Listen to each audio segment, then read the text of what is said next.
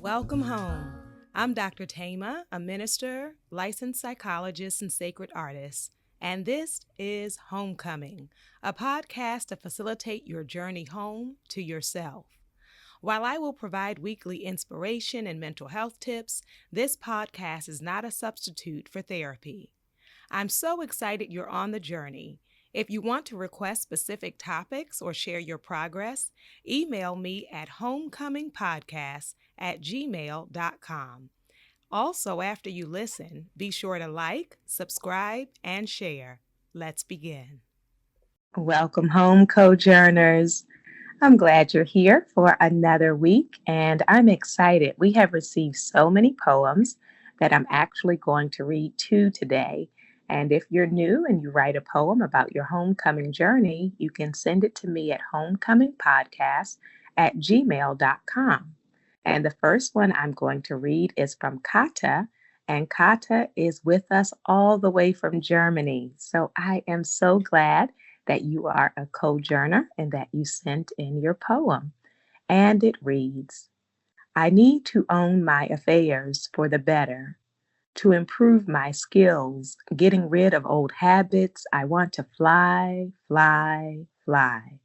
Don't want to be ruled by disguise and denial. I am starting to see my own self crystal clear, saying farewell to those old gray, unusable fears. In this world, we need to protect ourselves with self-made shields. Homecoming is to know what is serving me, to find out what is hurting me, meeting allies to gather.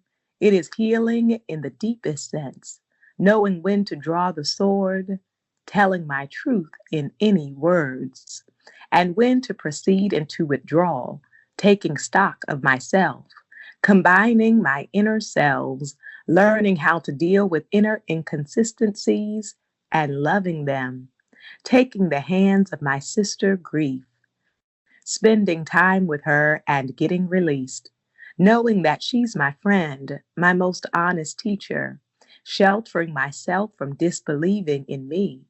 It is getting to know my her story, contacting my preliminary ancestresses. It is shouting and running on the streets, fighting with my siblings, being a sight to behold, hoping that one day we will all be free. It is negotiation in every moment about my privileges, how to use them, and who I want to be. Figuring out how to recompose the pieces of my own cosmos that have been torn apart. It is embracing myself every day anew. Oh, thank you. Thank you so much for sharing your piece with us. It is so powerful in defining and redefining homecoming, from our healing to our identity to our connection with others. And I'm going to share one more piece, which is from Jamie Burton, who is in California in the US. And Jamie, I will read the first poem that you sent, and it reads, I see you, I hear you, I ignored you. The pain was hard to deal with, so I used alcohol and drugs to numb myself. This was hurting you more. I seen you, I heard you. I am here to listen. You are important and you are worthy. You are not what others said you would be. You are Jamie and you're a warrior. I was you. I am you. And you're welcoming yourself to your homecoming. I'm so proud of how far you've come. Your younger self would be so proud you've come so far. And now you know who you are. You know now that your wounds don't define you. The abuse doesn't define you. It's the love you have for yourself and others. That's what defines you. helping others, and being a guide, that's what defines you. You are enough. You are worthy. You are me. I am you. I heard you. Now you're coming home. I love you. Yes, Jamie, thank you so much for sharing your poetry with us on today. And you all just feed my spirit during the week when I open those emails and get your updates and read your poetry and your vows. It is such a gift, and I thank you for sharing it with me. So, on today, we're going to talk about reclaiming our power. Reclaiming our power.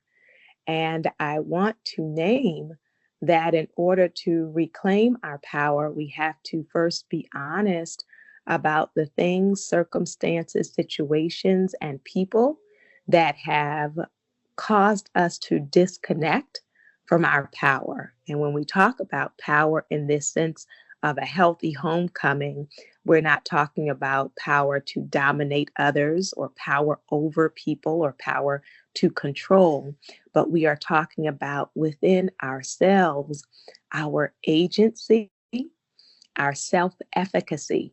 So, self efficacy is your belief in your ability to do, right? To be and to do. And that's why the poems on today are so important, as they are a reminder for us not to lose sight of ourselves. And when we have experienced trauma, oppression, these experiences, abandonment, they often cause us to feel very small. They cause us to feel insignificant. It causes us to start to step outside of the truth of our own identity, power, and worth. And so, a part of homecoming is getting back in touch with my agency, with my voice. And we've talked about that on another episode, with the truth about my capacity to be and to do. And so I invite you first to recognize the ways in which you have lived a smaller version of yourself, the ways I will include myself in that, the ways we have lived a fraction of ourselves and our capacity. And a part of coming home is reclaiming what I can do and what I can be. And not only what I can do and can be, but who I already am. Sometimes we have been living out of the lies we have been fed about our own ability and capacity.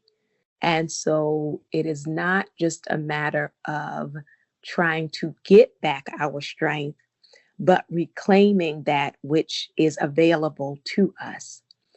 And in order to do that, of course, that first step is identifying, am I willing to acknowledge, can I admit, can I recognize the times in my life, the seasons in my life, the categories in my life when I have not lived out my full capacity, the times in which I have been silenced, and the times in which I have internalized those negative scripts about myself.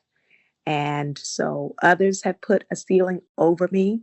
And then once I see that ceiling, I have operated in a particular way that is smaller and an insult to my wings. Let me say that.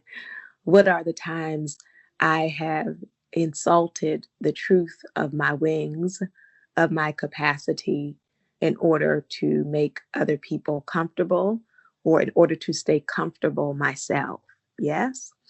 So, what are some of the steps of tapping into our power, of reclaiming our power? And the first one will probably surprise you, and that is stillness. Stillness.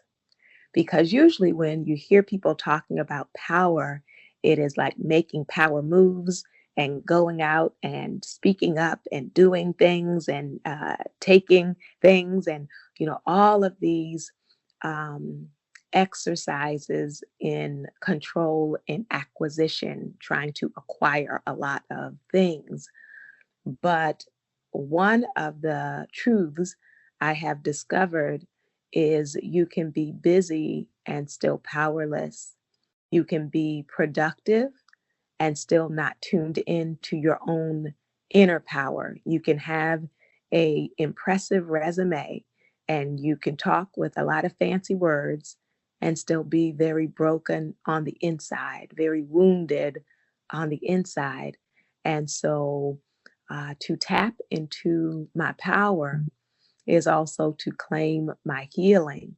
To tap into my power is also to claim my truth.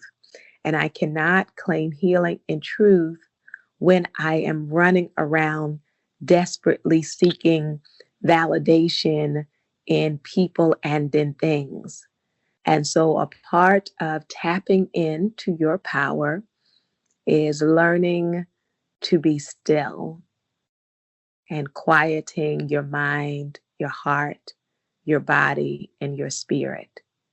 Because when I do that, I am centered and intentional with my day, with my decisions, with my life, as opposed to constantly seeking and searching and pushing, which can look like power, but that is illusion, right? That when I am dipping and hiding and running and seeking and uh, kind of anxiously trying to accumulate, it really is a disempowered state.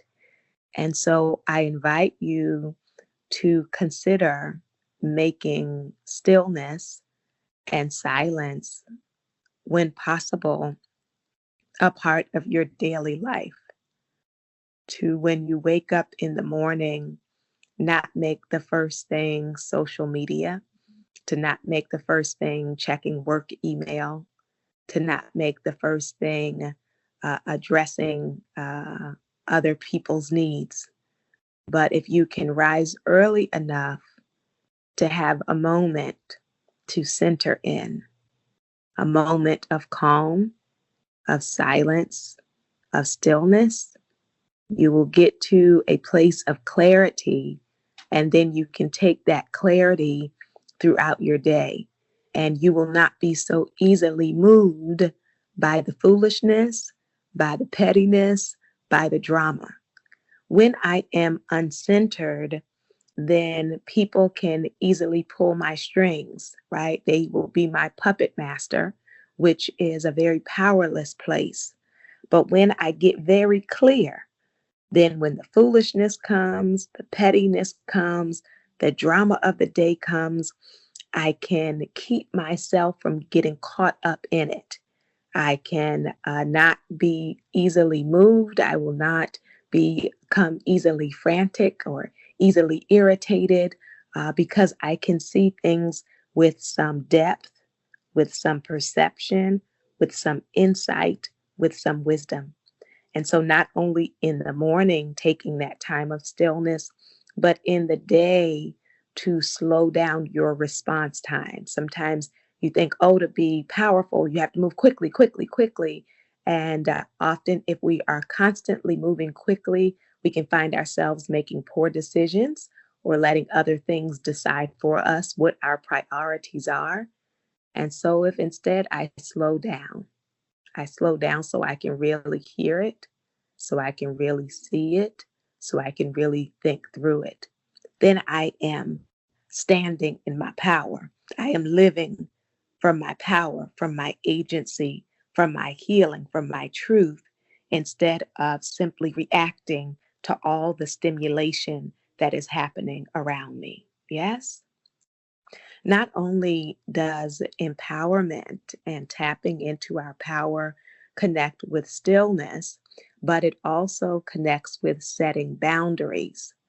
That I have to get in the habit of saying no to some things so that I can say yes to that which causes me to come alive and to operate in the truth of who I am.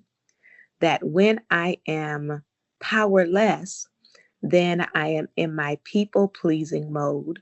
And I have to constantly do whatever other people have decided is important. I have to talk the way they want me to talk. I have to pursue what other people are perpetually setting the agenda for my life. So it is very important that we learn to utilize our no's. And no does not mean you're being rude. No does not mean you're being mean. No is I am being responsible with my health and wellness, and I'm being responsible when it comes to my purpose. And if I say yes to everything and everyone, then my health and wellness will suffer and my purpose will not be accomplished. And so to stand in the truth of your agency and power is owning the decisions that you can make. And sometimes we feel like, oh, I am kind of in this corner and I cannot do anything about it. This is just what my life has to look like. And I invite you to consider what it would look like to carve out some time, to protect some time, some energy, some space to clear your mind, to nourish your spirit, to feed your heart. So, yes, there are some must do's. And so I know some of you are listening and you're like, but you don't understand. I have to do this, this, and this. I would encourage you to look at that list again and consider where are the ways, how are the ways that you can insert yourself in this agenda? How are the ways, what are the ways in which you can protect your rest, your wellness, your joy, your purpose in this list of things that feel mandatory? And I know some of them are, but there can also be some space in there for ourselves, but it does require us using our voice and our power. So we want to tune into stillness. We want to tap into our capacity to set boundaries. And then we want to I invite you to attend to your physical being.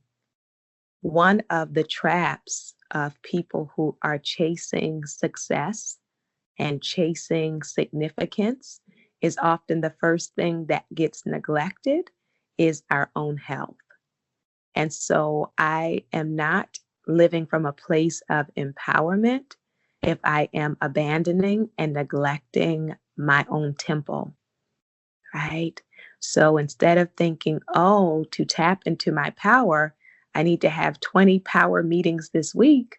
To tap into my power, I might need to go take a nap, right? I need to protect my time to sleep. To tap into my power, I need to start paying attention to what I feed myself, the ways in which I nourish or neglect my body. That if I am solely living out of vending machines and drive-throughs, what are the ways that my health, my food affects my mood? And so when it is up to me to choose, and I know with different financial constraints, there can be challenges around food access. But when I have the capacity to choose, choosing foods and drinking water that will actually nourish and sustain me for my life can be a source of empowerment because then I have some energy, I have some strength, I have a sense that my temple has been honored on today in the ways that I could honor it. And so we want to connect, right, with these body temples and to be clear that my wellness is a part of my power. My wellness is a part of my power. And then it is important for us to also cultivate our creativity. So you have the capacity to create, that it is not just to be a bystander. It is not just to stand in the margins. It's wonderful that you are an encourager and that you cheer for other people and that you help others make their dreams come true. That is beautiful. And I just believe that you have some seeds in you, some visions in you, some dreams and goals within you. And so to become intentional about, I don't want to simply be a consumer, right? I'm not just buying up or consuming what other people are creating, but there is within me capacity to create whatever that looks like. And so for some people, that's expressive arts creativity. For some people, it's creating legislation. For some people, it is creating space for imagination in children and teaching children. And some people, it is creating a summer program or an athletic program. For some people, it is creating ministry through your spiritual community. For some people, it is writing a book, writing a play. And so, whatever that looks like for you, to think about, what can I create? What can I make? Right? Not only what will I watch or what I will listen to or what I will encourage, but what do I have the skill and the desire and the calling to create? And when you begin flowing in your creativity, in whatever form that is, then you are in flow and operating in your power. Connected to creating and power is follow through. There are many of us who are dreamers, but not a lot of people go to manifestation. And so to be intentional that I will not only dream dreams, but I will also work to see them manifest. I will actually work to see them actualize, to go from dreaming to actually follow through and persisting until I see it in my reality. There is that gap between dream and reality. And when we operate in our power, then we are able to really flow in an intentional way to create sustainable change, right? That it will be long lasting instead of a blip on the screen. And so take a look at the balls that perhaps you have dropped, and some of them you needed to let go. That season was over, or that wasn't really for you. But are there any of the unfinished things, your unfinished business, that you feel led to pick back up and to see it through? The unfinished poem, the unfinished book, the unfinished degree, the unfinished relationship. Are there some things that you have left undone, that to reclaim your power is to go back and get it done? Yes. And so that is a part of reclaiming our power. And then one more I want to give you around reclaiming your power is being intentional about your relationships. One of the biggest ways that we can sabotage our power, possibility, and purpose is being tied up, tangled up in unhealthy, dysfunctional friendships and romantic relationships. They can take years of our lives.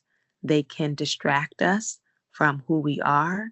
They can diminish us and cause us to lose sight of our power and purpose. And so it is so important to, as we said in episode 2, to check your circle, right? Who are the people I am relating to the most? And in their presence, am I tuned in to my power and purpose, my voice and agency? Or in their presence, do I feel perpetually powerless, hopeless, small, insignificant? Yes. So, a part of tapping into your power is creating and sustaining relationships with people who give you a reflection of yourself that is empowering instead of disempowering. And I understand sometimes we hold on to unhealthy friendships, unhealthy relationships, because we have a fear that no one will ever treat us any better, or we have a fear that this is all that we deserve, or we have a fear of loneliness and not wanting to be by ourselves. And so when I am making fear based decisions, I am not tuned into my power. Yes, right? That makes sense. If I am holding on to something that actually breaks my heart and destroys my self worth, but I'm holding on because I'm afraid, then I am disconnected from my own power and my own strength. And so, for us to evaluate and assess our relationship world, our friendship world, even among family, who are the relatives you spend the most time speaking with? And who are the relatives that perhaps you need to take some space from because it really takes you out of truth and healing and power. And the very last thing I will mention is that it is not only a psychological piece that affects our sense of power, but when we deal with oppression, there are systems and institutions and people who have organized to make some of us feel powerless and to block us from our power. And so then, in order to tap into power in those circumstances, it's not only a mental exercise, it's not only a psychological exercise. This is also about organizing and activism and agency, right? So, if there are specific ways in which equity is being blocked, justice is being blocked, our dignity and human rights are being blocked, then it's not just to say, oh, go take a breath or have positive friendships. It means that we have to get organized in order to disrupt and dismantle these systems and institutions that are designed to deny people power and rights. And when we do that together as a collective, we can get even more done. So, yes, there are some times we can stand up for ourselves as an individual.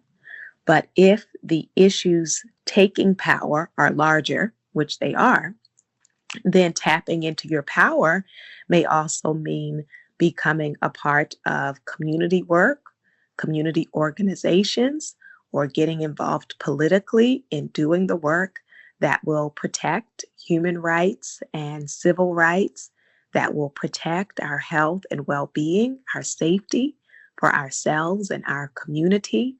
And so to tap into your power may mean allowing the activism in you to come alive, to get connected with those who are also organizing to do this work so that we resist powerlessness, not only psychologically, but politically, economically, socially, and I would say spiritually, in every area of our lives, that we will not be diminished and we will be the fullness of who we are. I'm so glad you're on this journey, and I invite your soul to tell your heart, mind, body, and spirit, welcome home.